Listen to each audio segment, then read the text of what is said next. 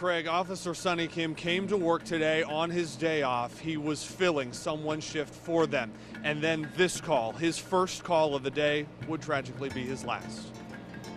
For some reason, I feel like he was walking around dead belligerent with a gun. The call comes from Madisonville. The caller is clearly nervous and upset. It was happening so fast, I couldn't think. He describes a short black male in his early 20s. Then he gives the dispatcher his name. My name is Trey Pierre. Not only did he call 911 once, but he called back a second time. Officer Sonny Kim, with 27 years on the force, was the first on the scene. Shots fired! Shots fired! What happens next is a blur of gunfire, fighting, and sirens. Cincinnati's top cop calling the shootout an ambush Friday night, and cryptic social media posts and texts saying goodbye hours before his death. This scene plays out in front of a family stunned. He done been in some trouble, but my baby ain't no bad person.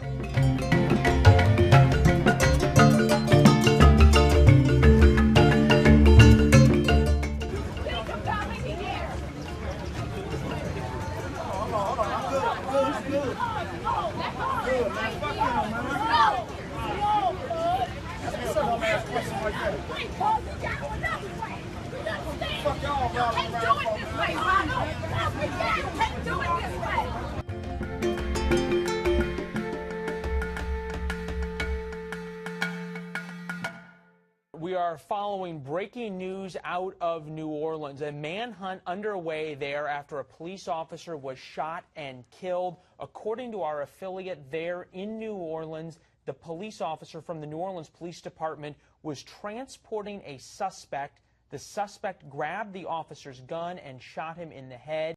According to police officer Daryl Holloway, a 22-year veteran, was killed by a suspect named Travis Boys, 33 years old. Boys right now is still on the run. A massive manhunt there in New Orleans looking for Travis Boys, 5'11", with a tattoo on the left side of his neck.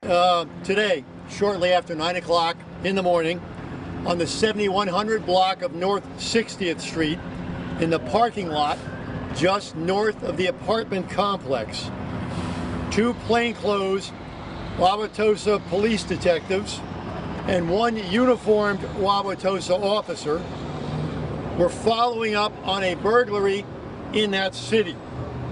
They were looking for a suspect. They confronted a suspect in a vehicle in the parking lot. The suspect opened fire on the officers. One of the detectives was struck by a bullet fired by the suspect. The barrel looked like it was about right here.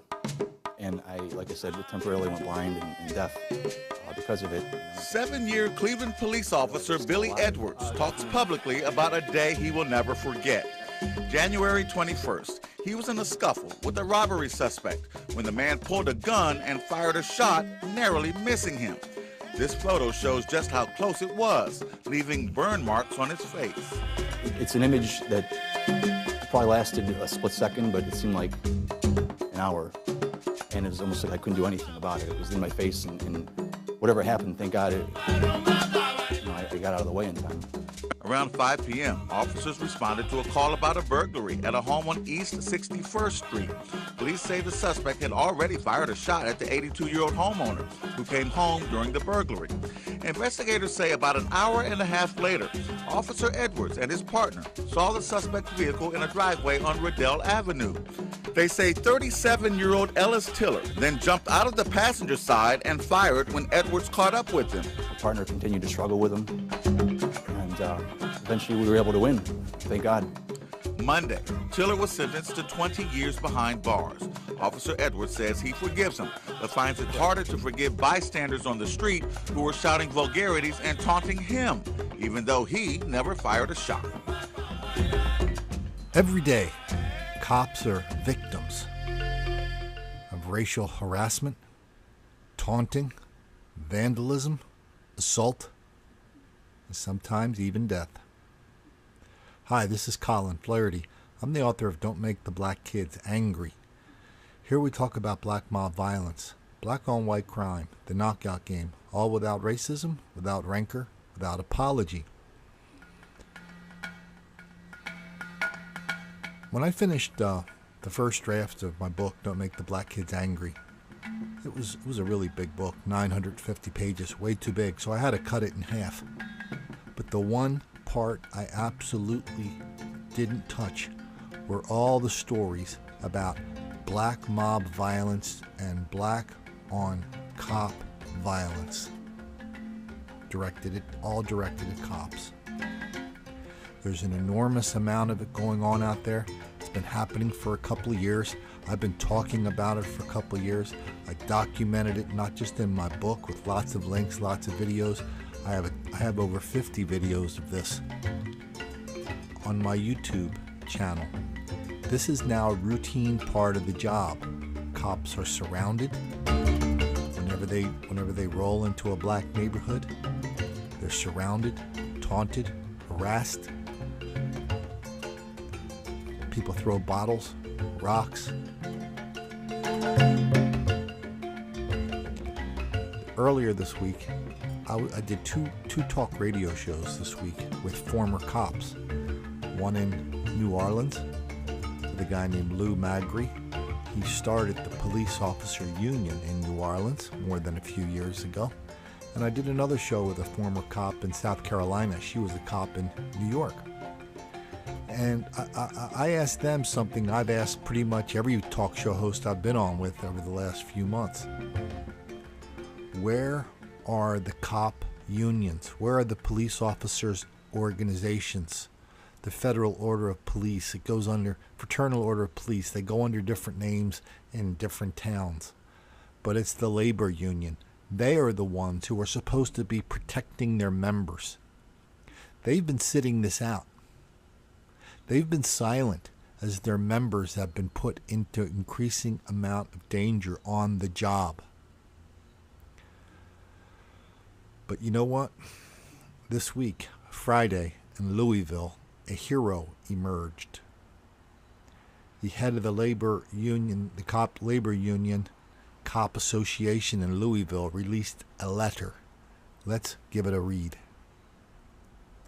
Consider this an open letter to the public we serve, to the criminal element in our city, and the self-appointed spokespersons who choose to remain blind to reason, who use misinformation and who sensationalize tragedy at every opportunity to forward their political agendas.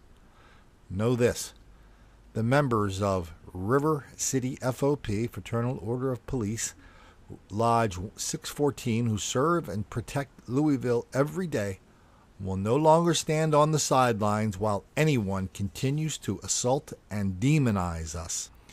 To those of you that support us while we serve and protect you, thank you. Although you are not chosen for media interviews, we know that you understand we are here for you and your families. We know that the vast majority of you see that 99% of police officers serve with integrity and courage. Although we know in our hearts that you are the silent majority, sadly, that may not be enough.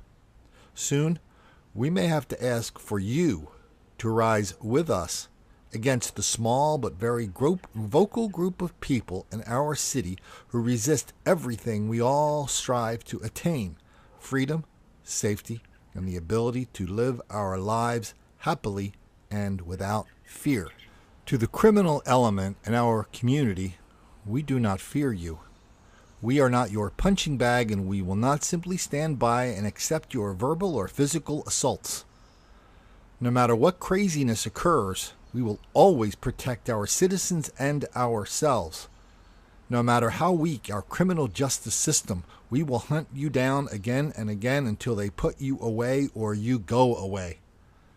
No matter how weak our policies, we will find a way to make you understand that Louisville isn't where you want to live. Most importantly, though, take note of the following. If you actively resist or assault us, we will use every option available to take you into custody. If you use deadly force against us, or use or attempt to use a dangerous instrument or a deadly weapon against us, we will use deadly force against you, and we will stop the threat to us, our fellow officers, or the citizens we serve. To the sensationalists, liars, and race baiters, we are done with you. At first it was good enough just to sit back and watch your ridiculous spectacle. No more. Now your rhetoric, lies, and hate puts all of us, police officers and citizens alike, in danger. From now on, we will call you out each and every time you tell a lie, twist the truth, or otherwise engage in vile behavior meant to push your selfish agendas. If your behavior or untruth causes harm to us or the public, we will make every attempt to have you investigated, charged, and prosecuted at the local, state, and federal level.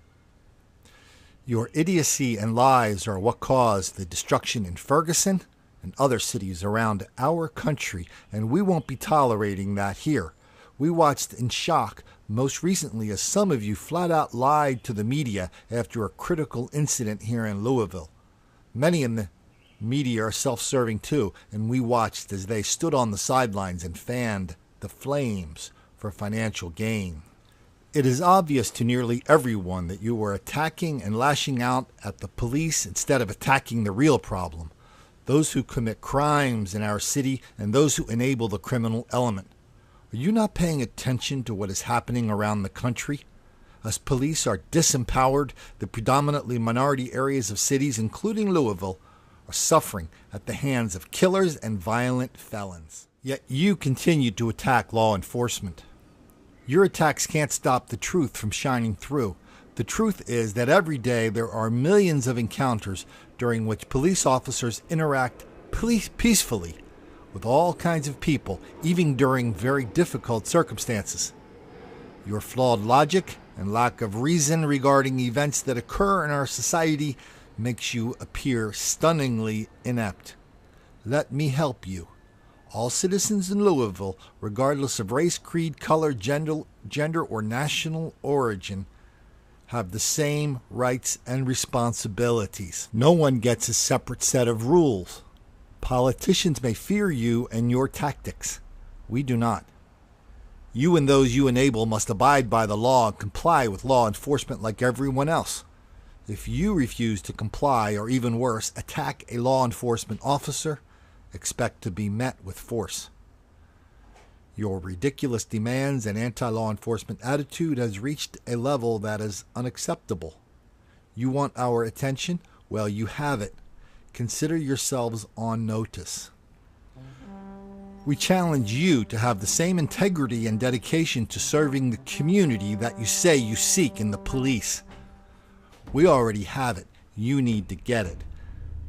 On behalf of the members of the RCFOP Lodge 614, that's in Louisville, Dave Mulchler, President. When I wrote Don't Make the Black Kids Angry, I had a lot of material to work with, so I had to choose for the first chapter what I thought was the worst case or the best example of how screwed up this whole idea of black mob violence and denial, also the picture of people who deny it and even encourage it. I chose Louisville. They had a huge episode of black mob violence there, but I put them at number one because of this quote. This is what they said a few days after this huge episode of black mob violence. "We really need to address white people's bigotry," said one of the local guys. "This is white people's work. It just has to change." The good book reminds us, cometh the hour, cometh the man. This is Colin Flaherty, also reminding you, don't make the black kids angry.